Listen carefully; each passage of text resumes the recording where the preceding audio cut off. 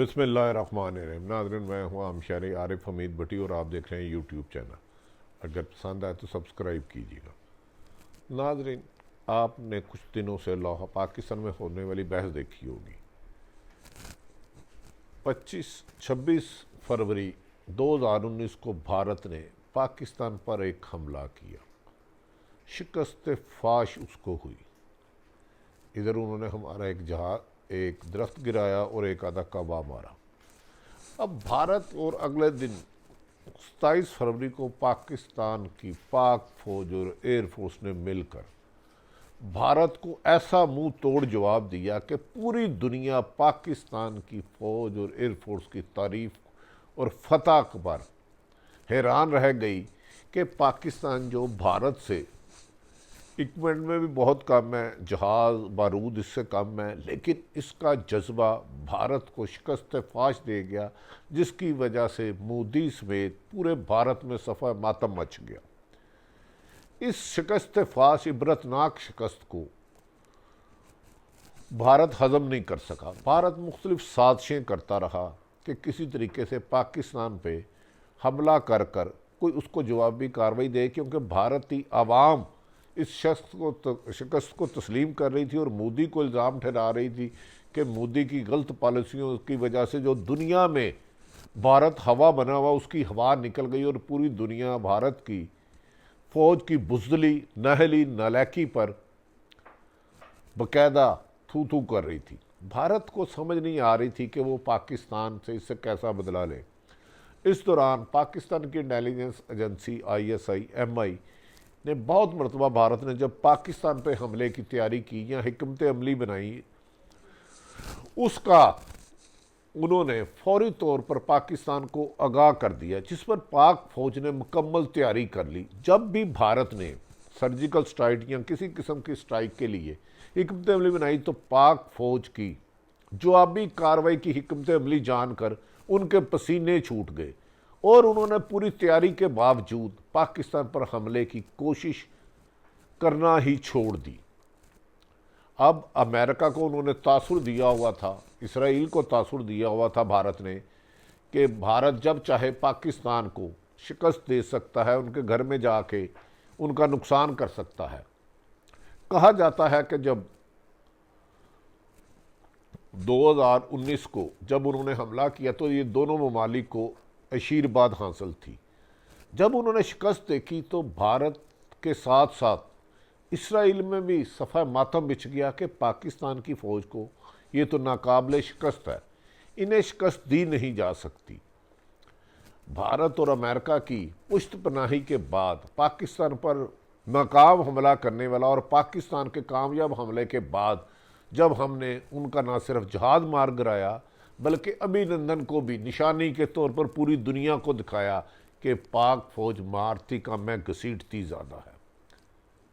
खैर नाज़रीन, भारत इस दौरान साल डेढ़ साल दौरान 19 से लेकर आज तक मुख्तलिफ मौक़ों पे ये कोशिश करता रहा कि पाकिस्तान से कोई बदला ले, पाकिस्तान का नुकसान पहुँचाए। जब पाकिस्तान की सरहदों को उसने महफूज पाया, पाक फ़ौज को अलर्ट पाया, जब भी उसने LOC पर कोई हरकत की तो जवाबी कार्रवाई पर ना उसकी तोपें खामोश हो गई बल्कि भारत में बसने वाले फौजियों की चलते सांस रुक गई और वो मुर्दे बन गए।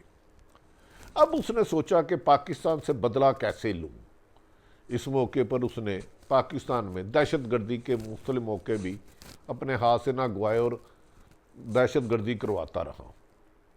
अब आ जाते हैं कि मौजूदा चंद रोज़ कबल अयाज सादक साहब ने ये बयान क्यों दिया। हम हरगिज़ किसी सियासतदान को ना गद्दार कहेंगे, ना हमें अख्तियार है।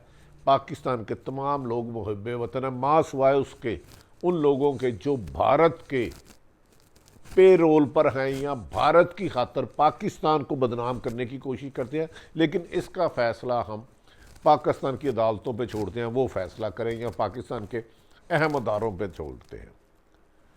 नाज़रीन, पाकिस्तान में इस दौरान सियासी एक्टिविटी बहुत ज़्यादा हुई। इमरान खान साहब की हुकूमत आई और पूरी कौम को यकीन था कि इमरान खान की हुकूमत के बाद पाकिस्तान इकानमी बेहतर होगी, करप्शन में कमी होगी। लोगों के बिजनेस खुशहाल होंगे। इमरान खान साहब कहता था पाकिस्तानी पासपोर्ट की इज्जत होगी। ये ख्वाब 20 करोड़ आवाम नहीं बल्कि बैरून मुल्क बसने वाले पाकिस्तानियों ने भी आंखों में सजा लिए। लेकिन एक अच्छी खबर नहीं है कि इमरान खान साहब इसमें कामयाब ना हो सके। और साहब राय लोग कहते हैं इमरान खान ने जिस टीम का इंतखाब किया वो उनके नुकसान का बायस बना, उनके लिए शर्म, उन्हें उनकी कामयाबी में रुकावट है। इनफैक्ट के 3 इमरान खान साहब के रूप नज़र आए। एक जो इमरान खान साहब ने जब तरीके इंसाफ बनाई तो उनका अज़म था इलेक्टेबल को नहीं लेंगे, माफिया को नहीं लेंगे और पाकिस्तान से करप्शन का खात्मा करेंगे। इसके लिए उन्होंने भरपूर कार्रवाई की। लेकिन 2013 के इलेक्शन हारने के बाद उन्हें ऐसे लगा कि नहीं, कंप्रोमाइज़ करना पड़ेगा, इलेक्टेबल लेने पड़ेंगे। लेकिन इसके बाद 2014 में उन्होंने बड़ा ज़बरदस्त धरना दिया 126 दिन का, जो कि हिस्ट्री बन चुका है। लेकिन इमरान खान ने 2018 में कहा जाता है कि कुछ कंप्रोमाइज़ किए, इलेक्टेबल को लिया, ऐसे इत्तेहादियों को बनाया जो उनके मकसद के साथ नहीं थे। अब कहा जाता है कि इमरान खान, एक वो इमरान खान साहब जिसने जद्दोजहद की, बहुत ज़्यादा की, एक वो इमरान खान जिसने 2014 में लॉन्ग मार्च किया इस्लामाबाद कामयाब, एक इमरान खान जो हुकूमत में आए। लेकिन इस हुकूमत में आने पे उन्होंने बहुत सारे कंप्रोमाइज़ किए। और इस वक्त इमरान खान साहब के साथ जो उनकी टीम है वो ज़्यादातर वो है जो उनकी हुकूमत की टीम है। बदकिस्मती है कि जो उनकी असल टीम थी, जो उनके लिए करप्शन के ख़िलाफ़ जहाद करना चाहती थी, मुल्क की बेहतरी चाहती थी, हर खासो आम के लिए कानून चाहती थी, वो बज़ाहिर आहिस्ता आहिस्ता पीछे होते गए। खैर, ये बात तो हम फिर करेंगे। इस दौरान नवाज शरीफ को अदालतों ने सजाएं दी, नाअहल कर दिया, सजा दे दी, ऐलान कर दिया। उनकी बेटी को मोहतरम मरीम नवाज साहबा को भी हुई। इस दौरान साबिक सदर असफ जरदारी भी गिरफ्तार हुए और बड़ी अहम साबिक वज़ीर आज़म शाहिद हक़ान अब्बासी हुए। शहबाज शरीफ आज भी गिरफ्तार है और हमजा शहबाज 1.25 साल से हैं। ये सारी गिरफ्तारियों के सिलसिले जारी रहे।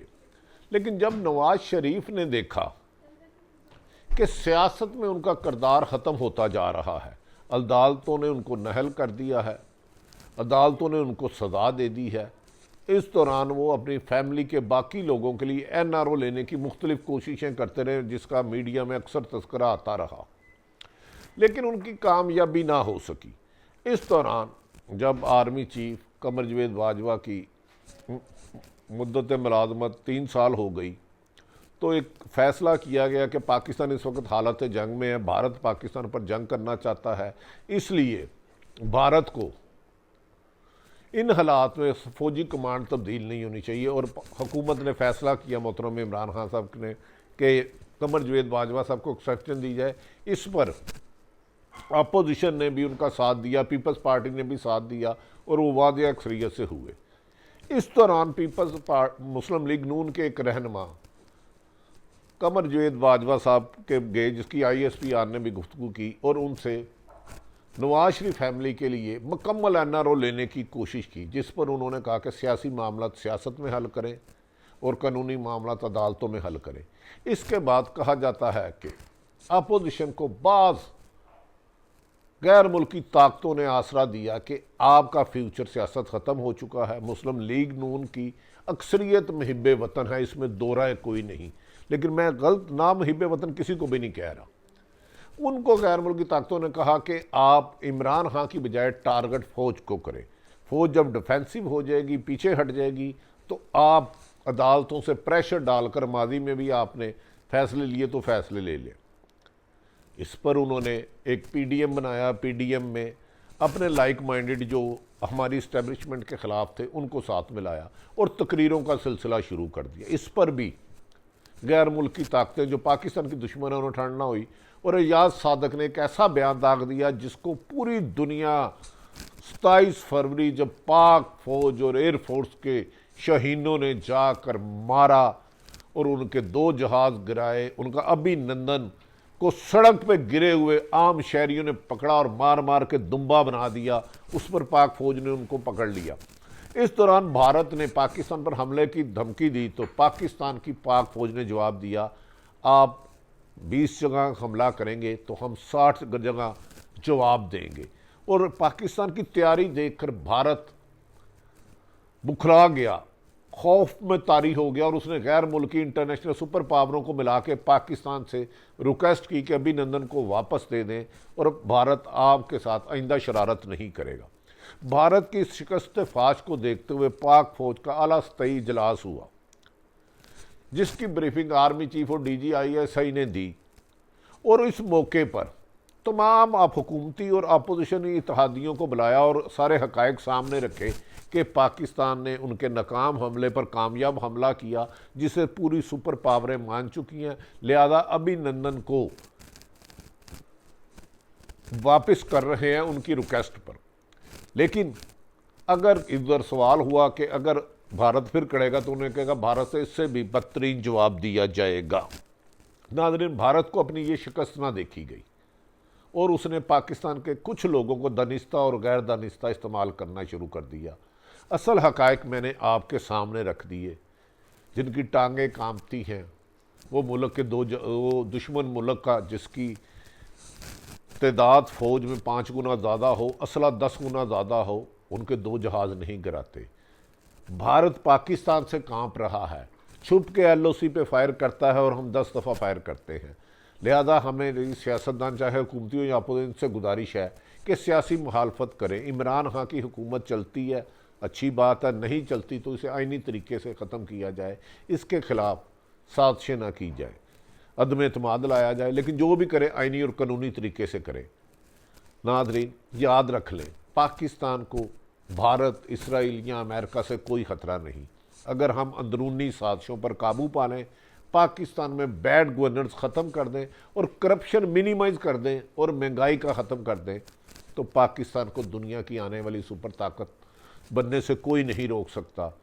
आपकी फ़ौज, पाकिस्तान की अवाम ने जब अय्याज सादक का ने बयान दिया और नामुनासिब बयान दिया, तो 22 करोड़ अवाम एक ज़ुबान होकर बोली कि फ़ौज से पहले हमारे सीने दुश्मन के बारूद के लिए हाज़िर है।